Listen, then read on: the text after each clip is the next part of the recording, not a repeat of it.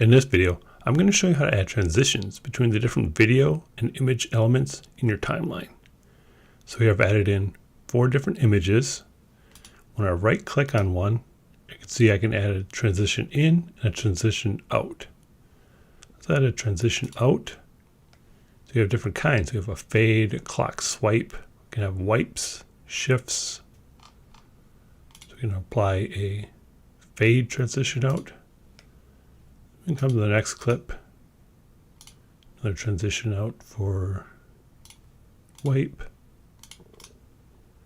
Transition out for shift. In some cases, you might also need a transition in. Works the same way, just applies to the start of the clip. Now you won't see these in the preview when you play on the timeline, but you'll see them in your final render. I have one right here. Play this. There's a fade in. Clock. A wipe. And a shift. And that's it.